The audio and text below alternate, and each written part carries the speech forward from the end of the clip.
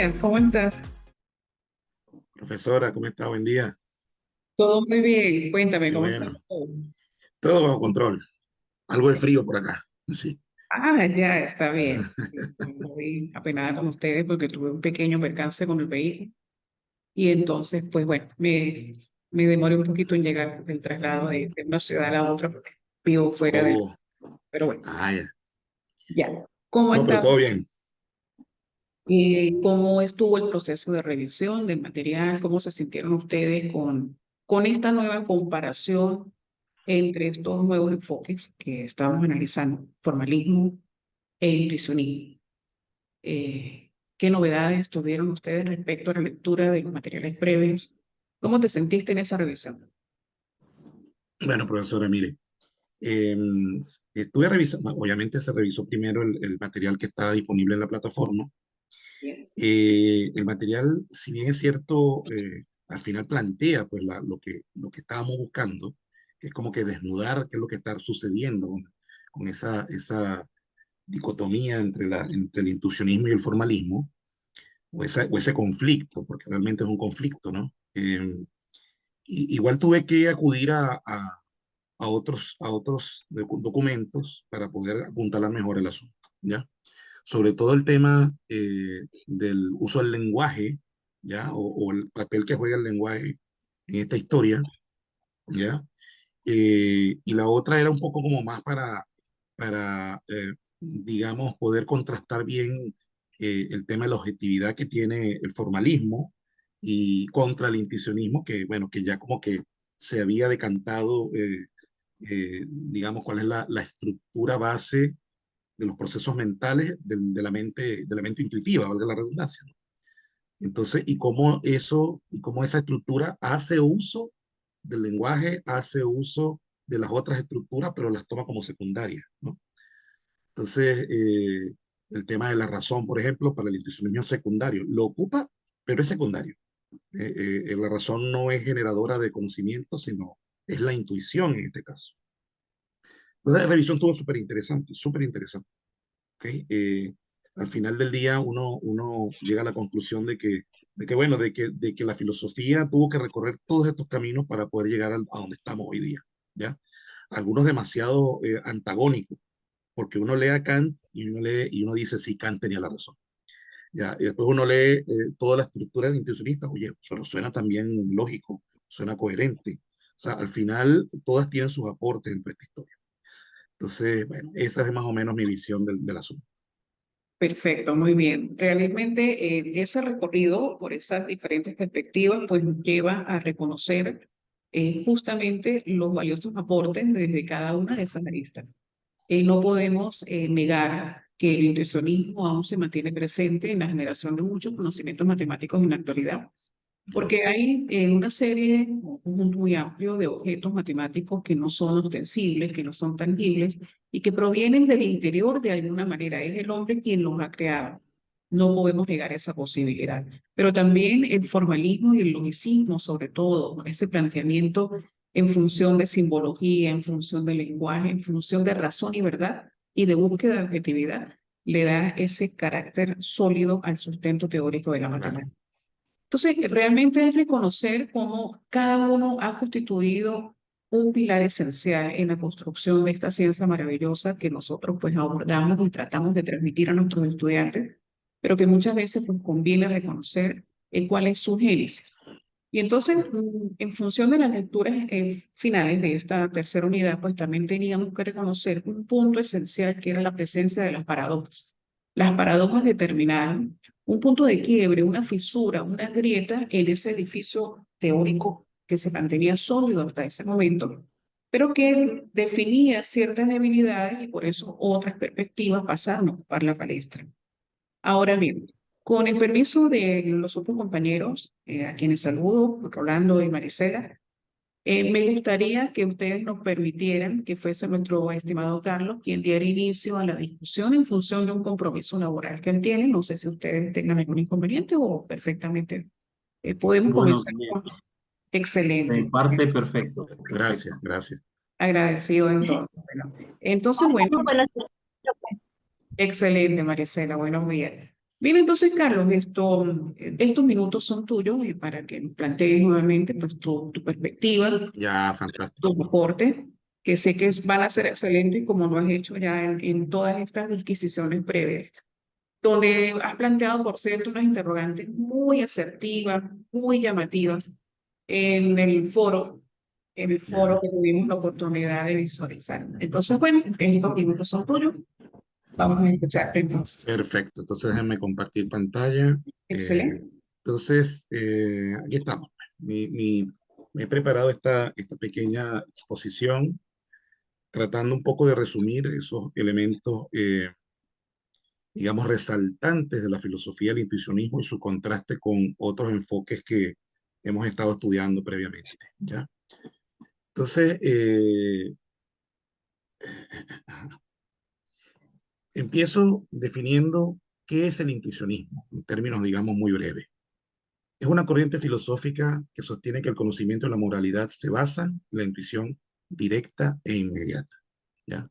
Esa es como que la definición, digamos, más corta, que obviamente sobre esta base se construye, digamos, toda esa estructura de cómo el intuicionismo logra sus objetivos y cómo hace uso de herramientas que para él son laterales, ya como ya mencionaba, el tema del lenguaje, el tema de la construcción del conocimiento, etc.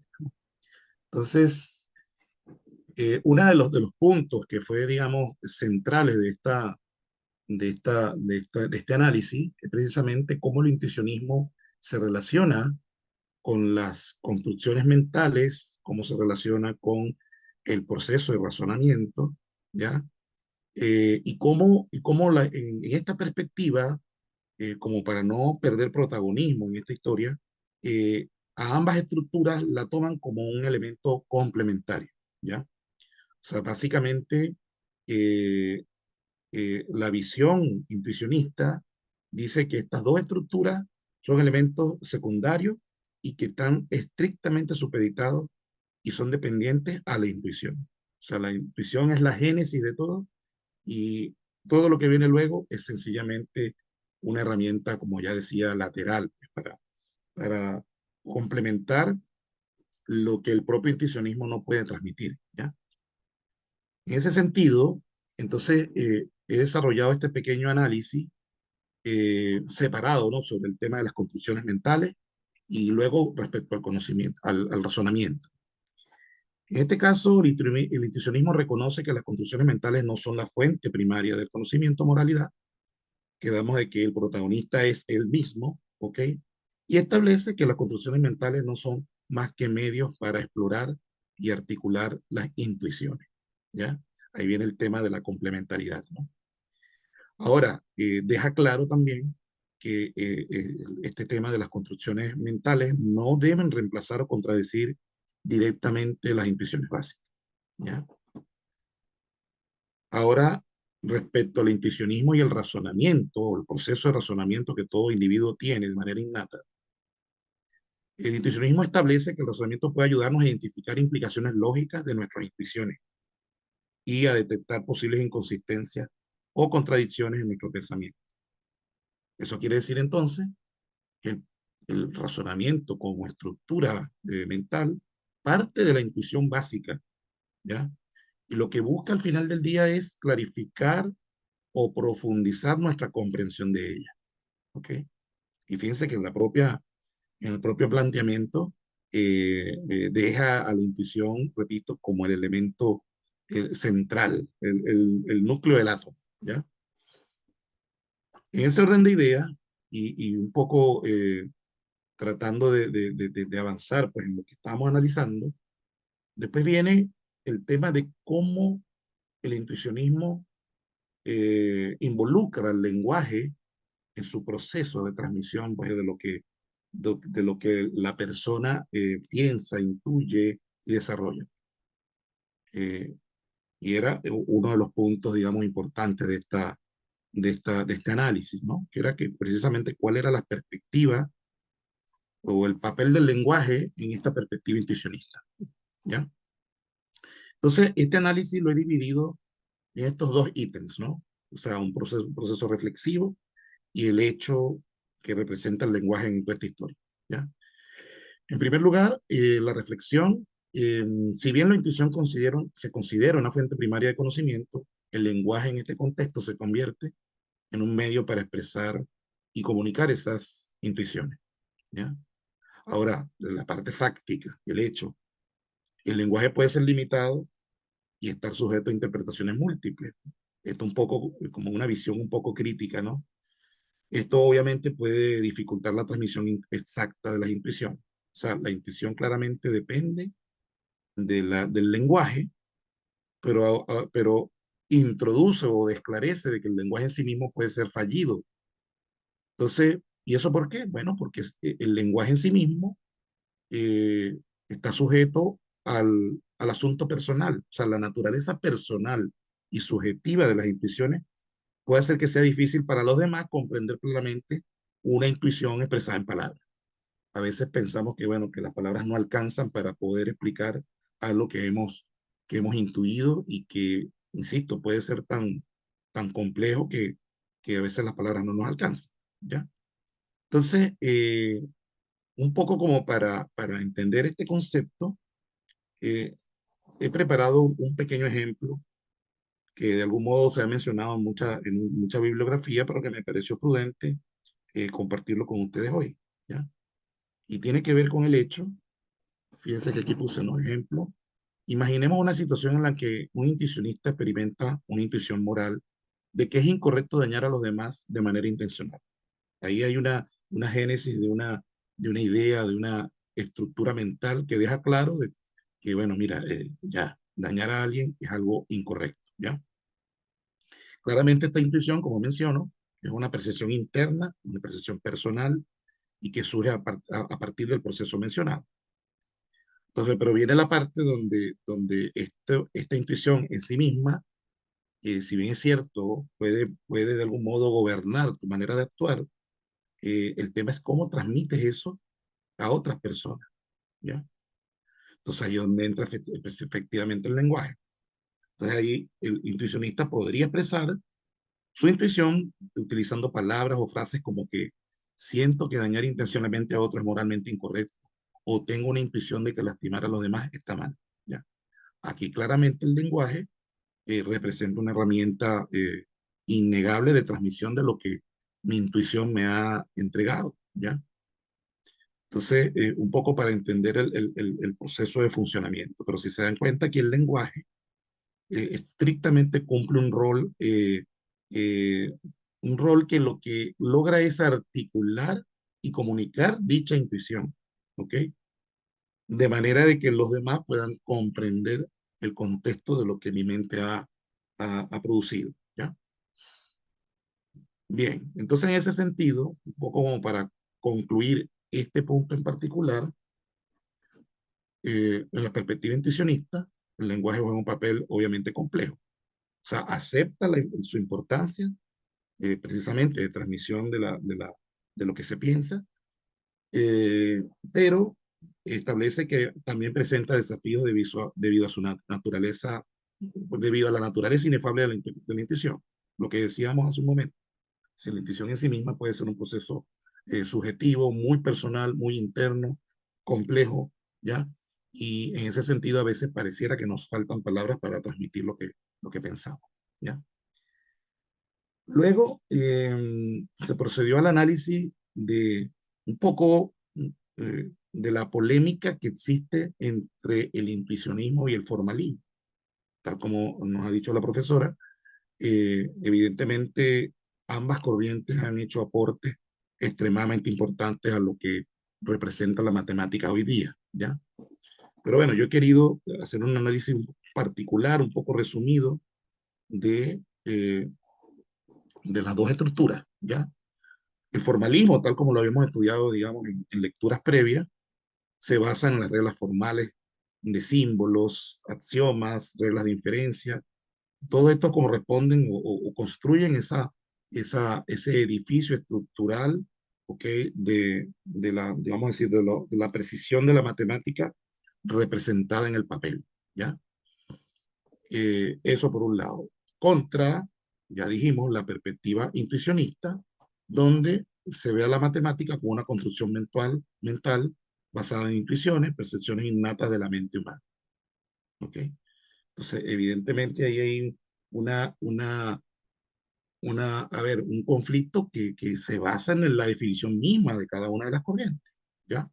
Y en ese sentido, por eso es que aquí establezco de que esa polémica surge de las diferencias fundamentales eh, en las que cada una se erige. Mientras el formalismo se enfoca en la manipulación de símbolos y la consistencia lógica, el intuicionismo pone énfasis en la intuición y en la experiencia matemática directa. Los formalistas consideran que las matemáticas son una actividad puramente lógica y simbólica, mientras que los intuicionistas argumentan que las matemáticas tienen una conexión más intrínseca con la mente humana y la intuición. Entonces, bueno, ese es brevemente mi análisis de todo esto. Aquí está, digamos, los documentos en los que basé este análisis. Y bueno, muchas gracias por su atención y la oportunidad. Muy bien, te felicito por ese aporte, te Gracias, felicito por la profesora. manera tan concreta como estableces esos dos elementos sustanciales, el razonamiento y el lenguaje, el papel esencial que juegan dentro de esta perspectiva. Obviamente el razonamiento, no solo dentro de esta perspectiva en particular, sino desde toda condición del campo del conocimiento, representa un puente para alcanzar esa confirmación de consistencia y veracidad de lo que es el conocimiento. El hombre produce conocimiento, pero su razonamiento es el que le da ese toque y validez, esa certeza. Es la herramienta fundamental. Por tanto, surge como uno de los pilares esenciales. Pero también el lenguaje y, como lo decías, las dificultades que se expresan dentro de su manejo. Por ejemplo, cuando nosotros estamos asumiendo la enseñanza de la derivada, las condiciones de derivabilidad, transmitir adecuadamente la no existencia de la derivada en una función que presenta un pico puede ser algo muy sencillo para aquel docente que maneja apropiadamente el sustento teórico y maneja apropiadamente el lenguaje matemático. Y que luego lo represente a través de una simbología particular que le dé entonces esa solidez y el estudiante puede acercarse de una manera muy expedita a ese conocimiento fundamentado en la explicación y el manejo adecuado del lenguaje. El enfoque ontosemiótico, como mencionábamos en el encuentro anterior, considera que el lenguaje es un elemento esencial de análisis didáctico, puesto que no solamente constituye el puente, sino que es, digamos, la herramienta esencial para confirmar hasta qué punto el estudiante en esa otra posición donde intenta aprender con H esos conceptos, procura entonces acercarse de una manera diáfana. Es difícil comprender esa representación mental que tiene el estudiante si no hacemos uso del lenguaje de ese chico o de esa chica para que nos exprese qué ha internalizado. Es esencial. A mi modo de ver, por ejemplo, uno de los mecanismos básicos para verificar esa cercanía hacia el objeto matemático es la expresión por parte del estudiante. No solamente es que lo exprese a nivel operacional. Me gusta mucho cuando estoy en ese contacto con los estudiantes que ellos lo confirmen a través de la expresión lingüística. El efecto digamos, depurado, decantado de ese lenguaje me dice tanto como el efecto operacional. Lo procedimental es algo que representa ese manejo de razonamiento, pero el lenguaje da el sello y la impronta de comprensión real. Por eso, en los actuales momentos, los análisis didácticos que se desarrollan en torno a cualquiera de los temas de matemática consideran el lenguaje como un elemento, una arista esencial para poder alcanzar, digamos, esa cercanía con la comprensión que el estudiante alcanza. Bien, entonces, te agradezco muchísimo esa participación. Vamos entonces a continuar en este orden de ideas. El tema que correspondería sería el de nuestro compañero. Luego sí vendría Marisela porque es la exposición de los temas, ¿no? Pero Vale. entonces vamos a dar inicio a la otra breve discusión. Y si en algún momento debes retirarte, pues no hay ningún problema, Carlos. Estamos Gracias, profesora. Gracias a pendientes mí. de tu Yo, situación. yo los acompaño un rato más y bueno, cuando llegue el momento, eso. Sí, Excelente. gracias. Y de todas maneras les enviaré un correo con una propuesta muy particular sobre el ensayo que ustedes hicieron.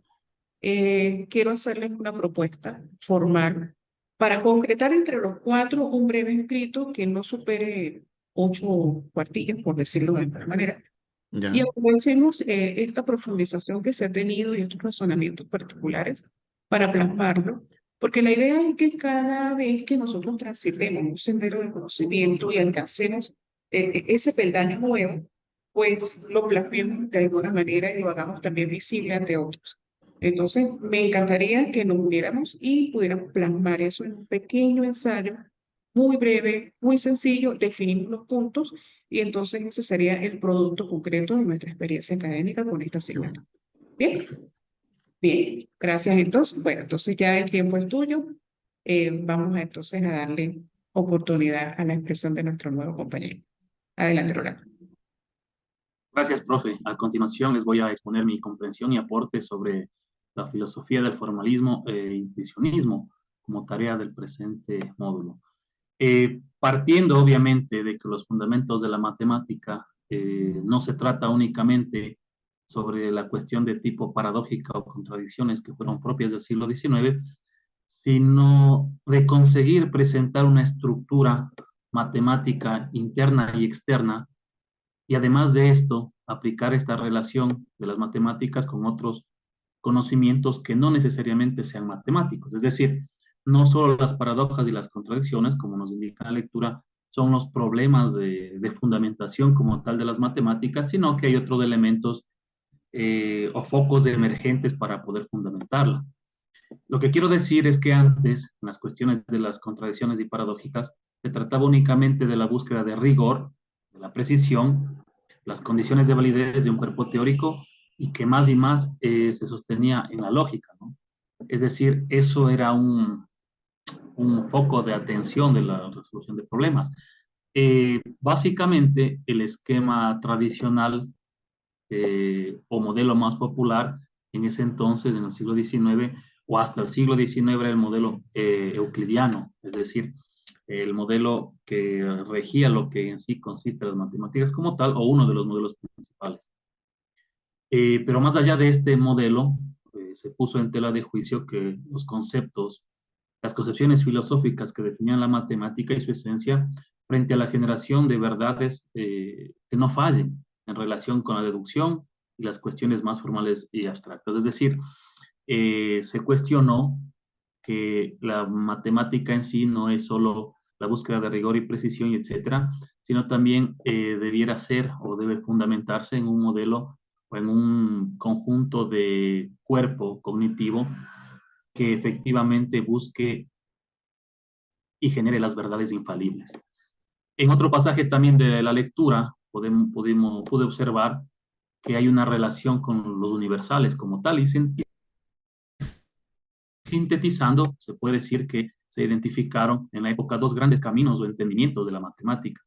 Estaba, pues, por un lado, la corriente platonista, la cual es una forma de pensar en que las matemáticas, las entidades matemáticas como tal, existen de manera independiente a la persona en un mundo real, y por el otro la corriente empírica, que considera básicamente de manera contraria a la platonista que las entidades matemáticas son el resultado de una construcción mental, pues que carece, pues de esta, ahí se puede alinear cada una de ellas, ¿no?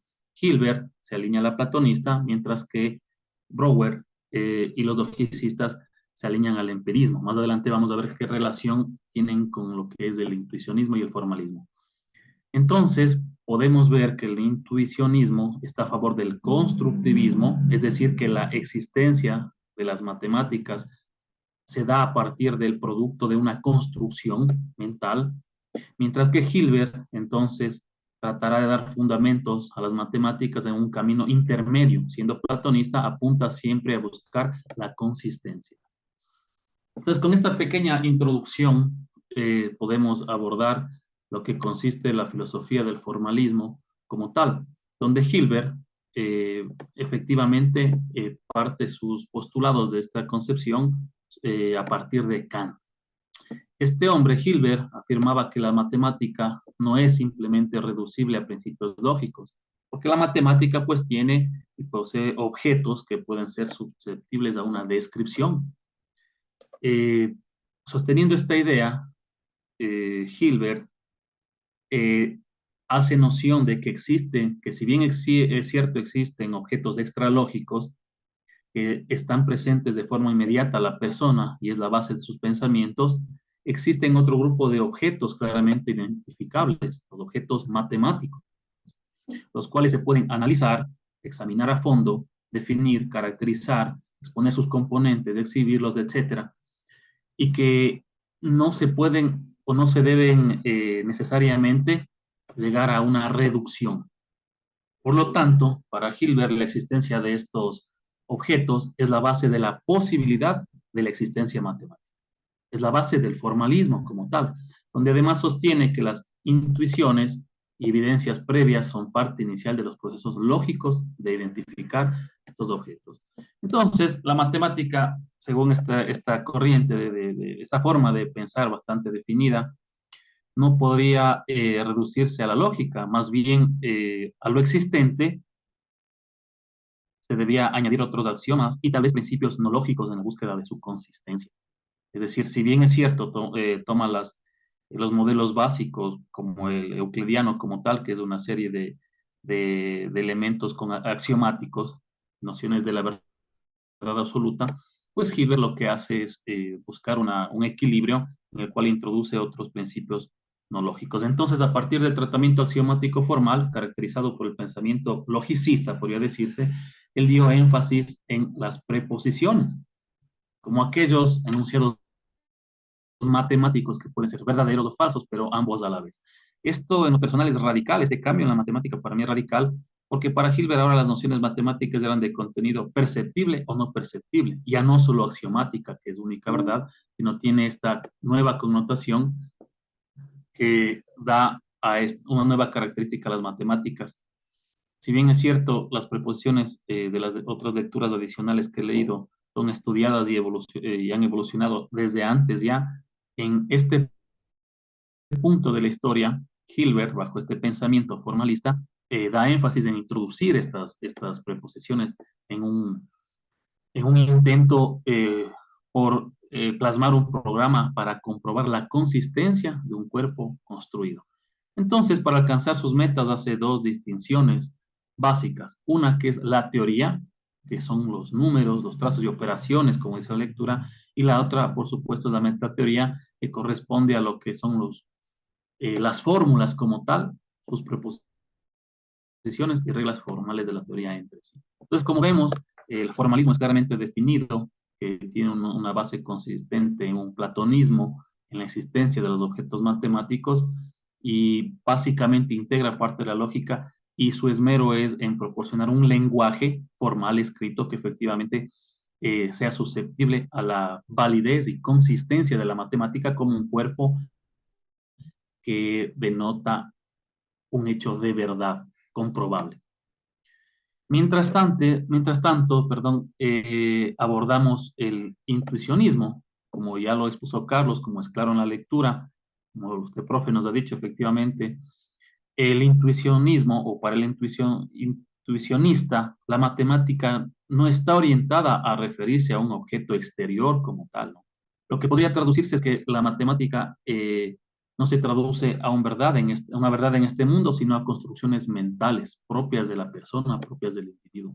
Esto quiere decir que la matemática, para este conjunto de pensadores intuicionistas, no son los aspectos formales, como lo fue para Hilbert, sino es el uso del razonamiento, su herramienta principal para el desarrollo de la misma.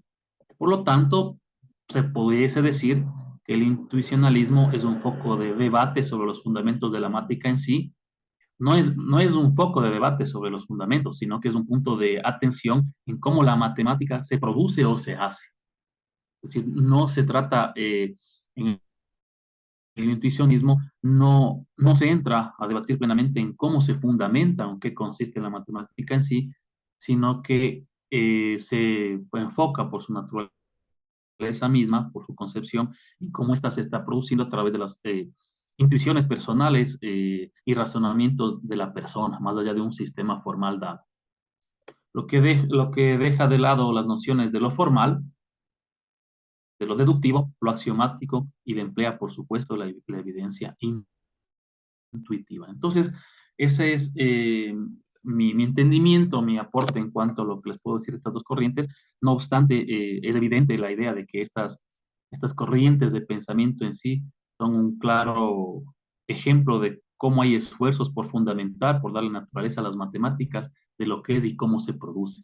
Si bien es cierto, yo creo que hasta ahora existen estas diferencias marcadas en personajes, en autores, es sustancial no perder de vista que el verdadero aporte de la matemática, más allá de ser la construcción de objetos matemáticos o el estudio a través de la intuición, es el ayudar a la corriente de problemas sociales que se vienen dando, ¿no? Es decir, yo en lo personal no me pondría tanto a favor de una ni de otra, sino más bien en el uso social de la matemática como tal, como es la ciencia como tal. Eso es lo que les puedo decir, estimado profe. No vi la oportunidad no vi conveniente resumir esta complejidad de diapositivas, ni mucho menos. Más bien quise andar desde un punto de vista más interaccional, ¿no? Entonces, a manera de conclusión, pues le puedo decir que las lecturas fueron muy nutritivas, muy provechosas. No veo el estudio de la matemática sin estas asignaturas, sin estas corrientes de pensamiento. Sería muy difícil a futuro hacer un aporte a las matemáticas, por mucho o poco que sea, sin estas nociones claras. De mi parte, pues le agradezco, profe y compañeros también. Bien, gracias por tus Eh, aportes. Sí, te decía que excelente el aporte y muy adecuada la manera como se transita en este sendero teórico. Realmente los aportes de Hilbert en este posicionamiento se reconocen como fundamentales.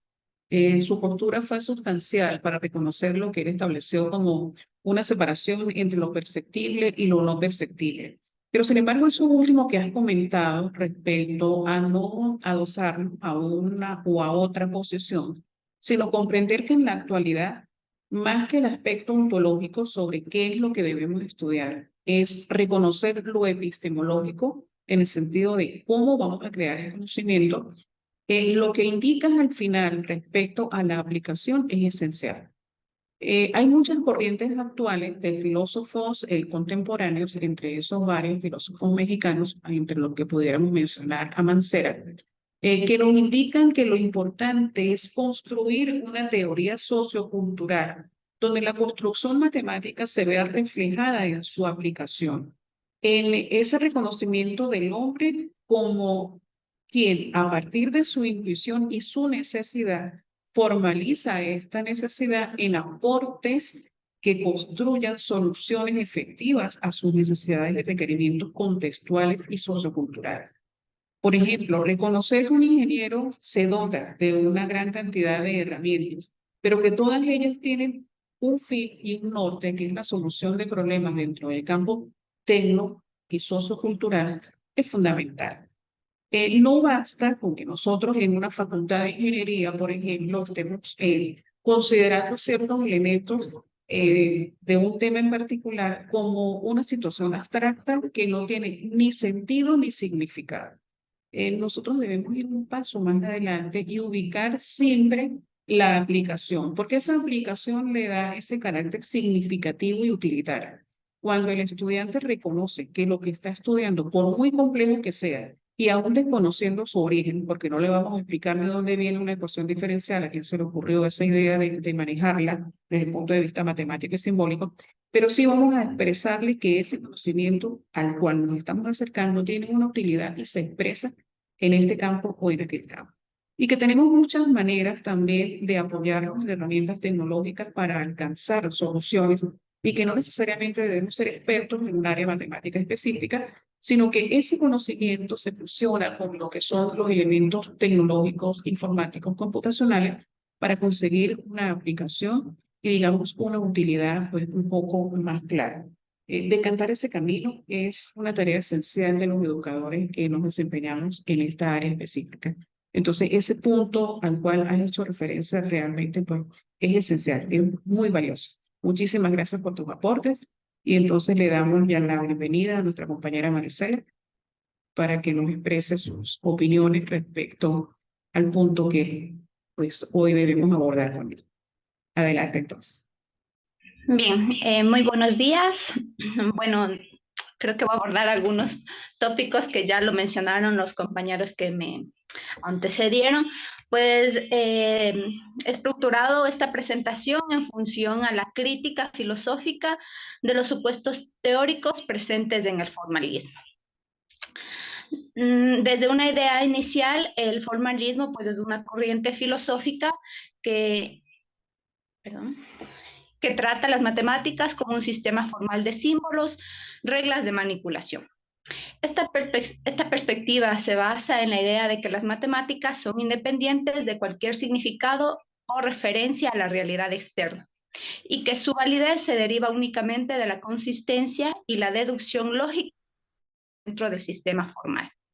Sin embargo, cabe señalar que esta visión ha sido un objeto, en base a esto a las lecturas, de diversas críticas filosóficas. Una de las críticas al formalismo matemático es su reduccionismo, y su enfoque exclusivo en la estructura formal de los sistemas matemáticos. Esto es lo que los compañeros anteriormente mencionaban, es una crítica muy importante, ¿no?, que se le hace a esta corriente del reduccionismo. Al considerar las matemáticas únicamente como un juego de símbolos y reglas, se pasa por alto el significado y la utilidad de los conceptos matemáticos. Como usted nos acababa de mencionar, pues la utilidad es tan importante dentro de las ingenierías, la aplicabilidad en toda su estructura del conocimiento. Las matemáticas no son simplemente una manipulación de símbolos abstractos, sino también aplicaciones y relevancias en el mundo real. Ignorar el contenido y la interpretación de los conceptos matemáticos puede limitar la comprensión de su alcance y la potencialidad que ésta tiene. Además de esta crítica, pues se puede relacionar con la falta de fundamento epistemológico del formalismo matemático. El enfoque formalista no proporciona una explicación satisfactoria sobre la naturaleza del conocimiento matemático y cómo se adquiere este. El formalismo se basa en las axiomas, las reglas de deducción, pero no aborda la cuestión de por qué esos axiomas son verdaderos o cómo se justifican su elección. Además, el formalismo no ofrece una explicación de cómo llega a descubrir nuevos conceptos matemáticos o, a su vez, pues formular nuevos axiomas. Esta falta de fundamentación epistemológica puede ser problemática para aquellos que buscamos, ¿no?, una comprensión más profunda de la naturaleza en sí del conocimiento. Una visión demasiado estrecha de las matemáticas, limitando su potencial creativo e innovador, pues es lo que como encapsula el formalismo, ¿no? Esta corriente encapsula a las matemáticas. Al enfocarse en la manipulación de símbolos dentro de un sistema formal, se puede perder de vista la exploración y la invención de nuevos conceptos y teorías matemáticas. Las matemáticas no se reducen únicamente a una serie de reglas fijas, sino que son un campo en constante evolución y expansión. Esto estoy de acuerdo, pues a los anteriores compañeros analizaban desde este punto de vista. Ignorar estas dimensiones creativas puede limitar el desarrollo de nuevas ideas y enfoques en la matemática. Como conclusión, pues puedo mencionar que el formalismo ha sido un objeto de críticas filosóficas debido a su principio del reduccionismo y su falta de fundamentación epistemológica y su visión limitada de las matemáticas.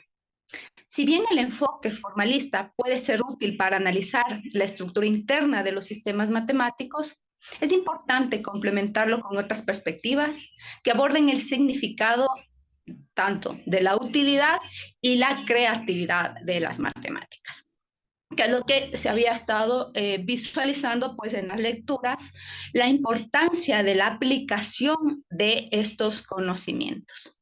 Es lo que puedo aportar. Muchas gracias. Gracias, Marisela, por tus aportes. Realmente esas críticas que se formulan a esta corriente filosófica son muy acertadas. Fíjate que se relaciona un poco con lo último que estábamos conversando. Ese camino estrecho que ubica el formalismo solamente en el planteamiento simbólico para garantizar, digamos, un sentido estricto de conocimiento y un entendimiento desde un punto de vista formal y simbólico, pues rompe con la posibilidad de comprender estructuras utilitarias, estructuras de significado. Justamente Cantoral y Mancera pues nos abren una nueva perspectiva, una nueva ventana de conocimiento, indicándonos que ese formalismo debe acompañarse de un camino de aplicación. Y esta crítica que se formula es porque no podemos encorsetarnos o encapsularnos en este posicionamiento de formalidad estricta. Si bien reconocemos que el manejo de los símbolos y la expresión lingüística son dos elementos sustanciales para comprender ciertos temas, pues ubicarlo en el plano de la aplicación también es esencial. Por ejemplo, eso cambia las perspectivas didácticas en la actualidad. Subiendo un ejemplo, si queremos estudiar las funciones matemáticas a nivel de primer semestre de ingeniería y reconocer las transformaciones que una función adopta en función de las traslaciones verticales y horizontales, qué maravilloso es abordar este tema en un reconocimiento de movimientos, ¿sí? Cuando se desplaza a la derecha, a la izquierda, cuando hay una ampliación, cuando hay una comprensión, y luego visualizar esto dentro de un campo de aplicación un poco pues, más contextualizado. Y esto es fundamental, no solamente a nivel de lo que es la formación del profesional, sino que inclusive tiene que ser necesariamente aplicado en los niveles básicos.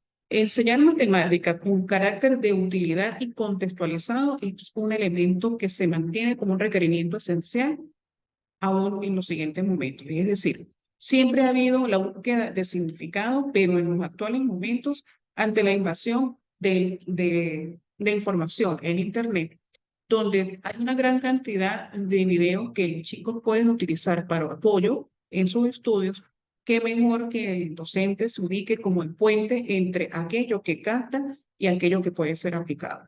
Entonces, hay que utilizar todos estos mecanismos y contextualizarlos para ver no solamente el origen de los objetos, sino para ver también la aplicación.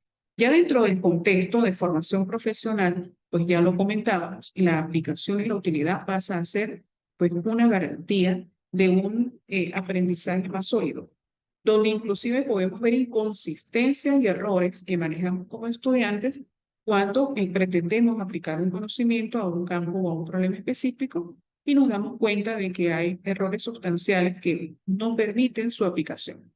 Entonces, realmente no es ubicarnos, o no necesariamente debemos ubicarnos, en un posicionamiento filosófico para la enseñanza también. Es comprender cómo ha evolucionado este campo y es procurar ubicarnos en un sendero intermedio donde utilicemos un poco la formalidad, la expresión lingüística decantada, pero centremos también todo eso en un camino de aplicación y de utilidad que le dé un mayor beneficio a los estudiantes, sin explicar el sustento epistemológico, sin profundizar en elementos ontológicos, porque eso jamás va a ser nuestro propósito, digamos, en los procesos de transmisión. No, es solamente ubicarnos desde el punto de vista didáctico en un punto intermedio, donde se una la aplicación, el formalismo, el lenguaje y el valor simbólico, todo dentro de un cuerpo axiomático que mezclan situaciones que si bien pueden estar al exterior del individuo y pueden haber sido sujetos de creación intuicionista,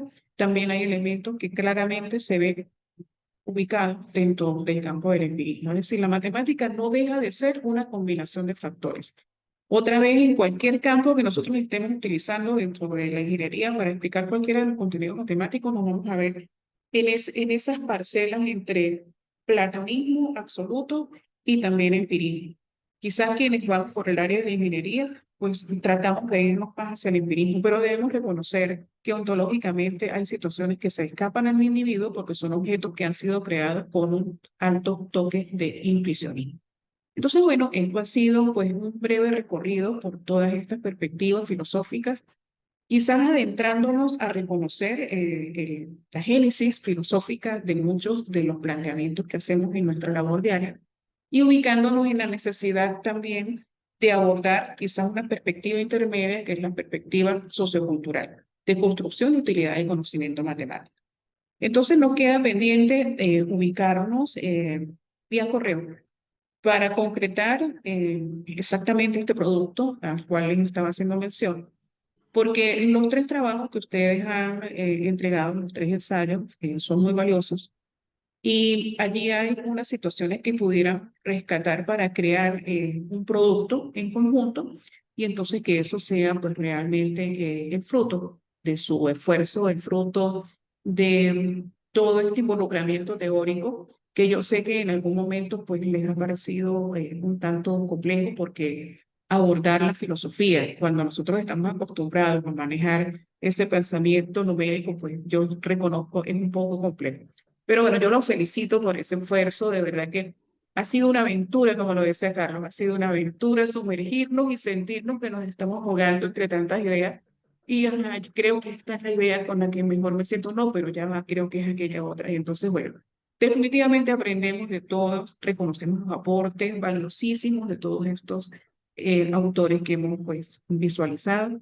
Y ya pues a partir de este momento lo que tenemos es que reconocer ese aprendizaje, bueno, darle gracias a la vida porque tuvimos la oportunidad de encontrarnos en este espacio y pues compartir estas diferentes posiciones y yo sé que el producto que podamos generar va a ser pues, muy productivo y de alguna manera pues darle a conocer a otros nuestro posicionamiento que pudiera ser un posicionamiento muy cercano a lo que ya otros autores han expresado, pero también con preguntas tan puntuales como las que Carlos indicaba en el foro, abrir la posibilidad para que otros también piensen un poco respecto a esta estructura filosófica que hay detrás de la enseñanza de la matemática. Entonces, no sé si ustedes quieran hacer algún aporte final para pues, darnos la oportunidad de cerrar este proceso académico. No sé si comenzamos por Maricela, que justamente pues, eh, está por ahí en pantalla. ¿Qué quisieras adicionar?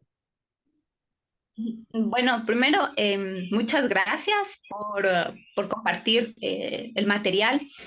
Este material siempre fue de bastante sumergible para mí, como usted lo dice, comparto totalmente, entrarse a analizar desde el tema teórico.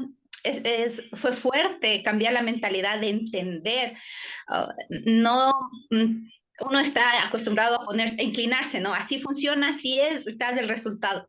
Pero analizarle los aportes de cada uno, de cada uno de los autores que ha venido haciendo aportes a las matemáticas, muy, muy interesante.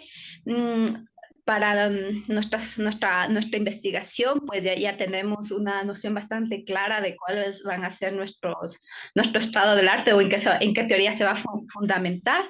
Básicamente, muchas gracias por eso. A los compañeros con los aportes que han realizado en el foro, uno tiene mayores inquietudes, le deja más inquietudes a mí personalmente.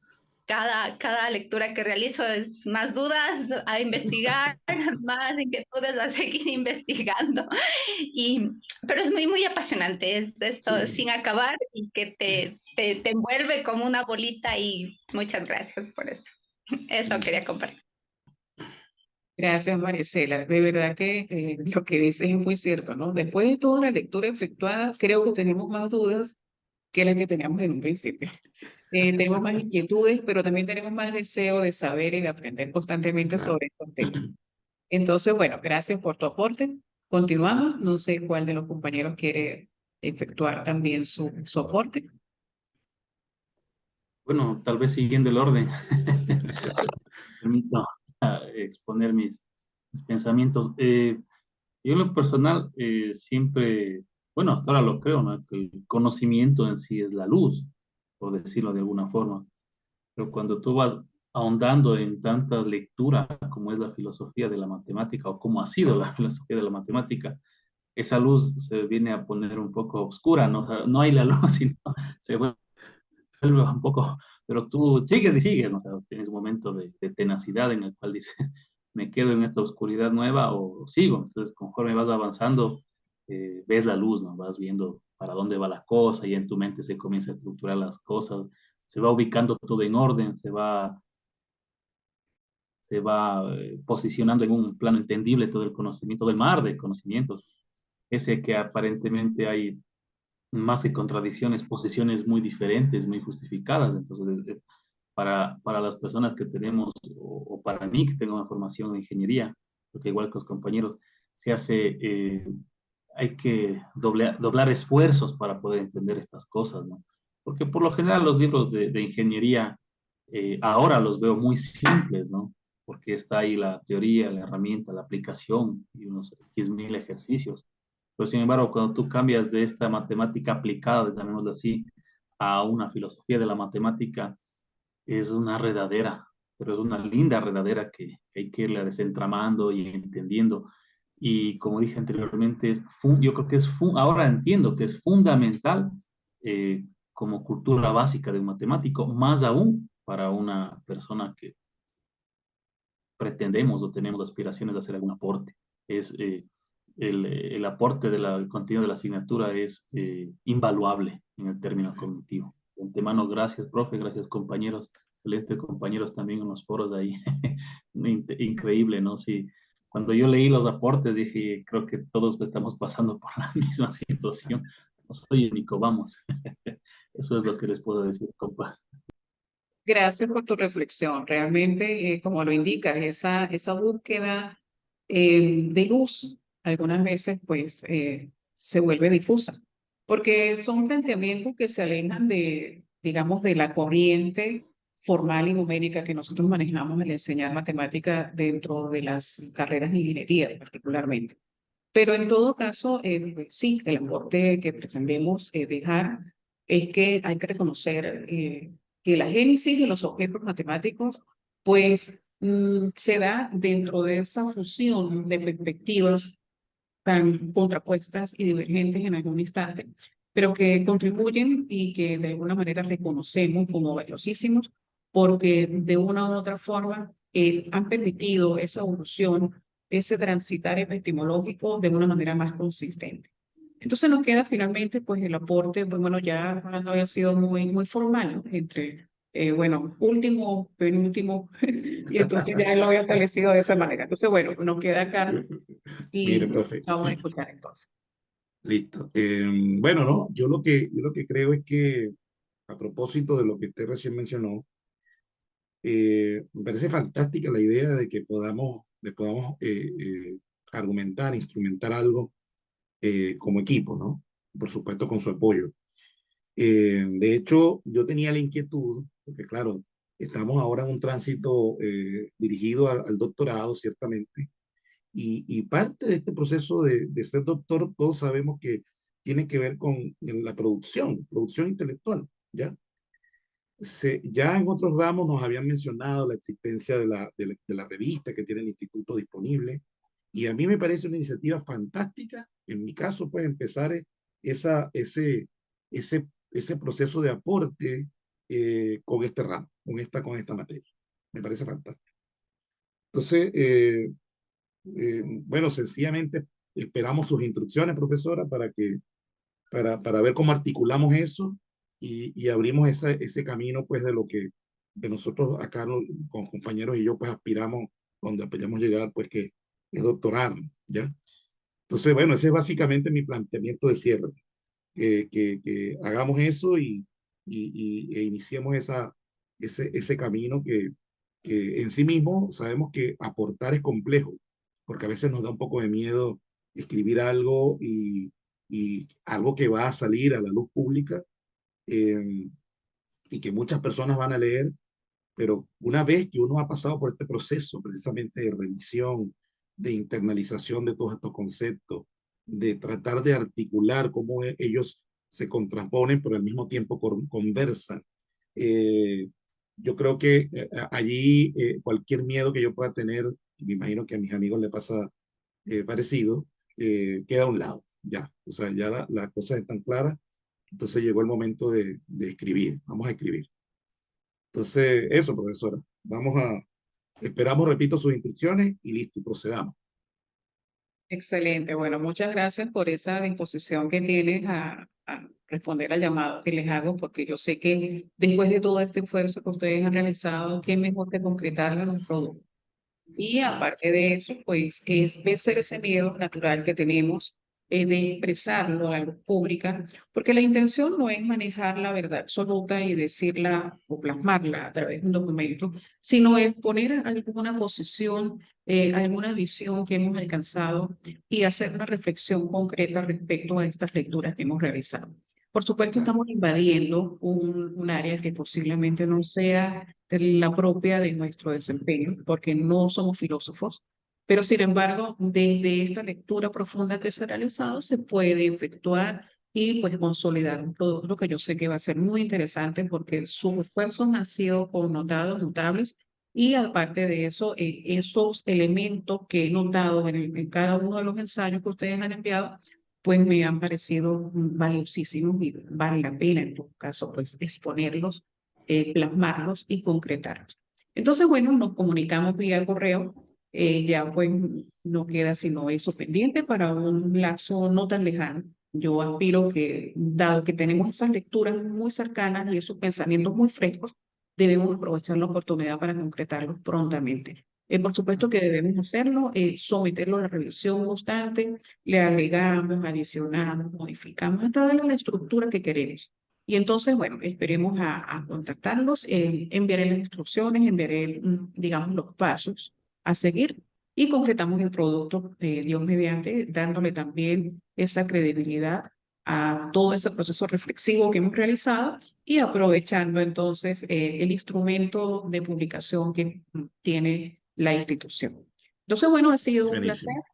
Ha sido un placer compartir con ustedes estos momentos. Sé que el camino académico para ustedes va a ser exitoso porque son personas que han demostrado que tienen un alto interés por aprender y profundizar.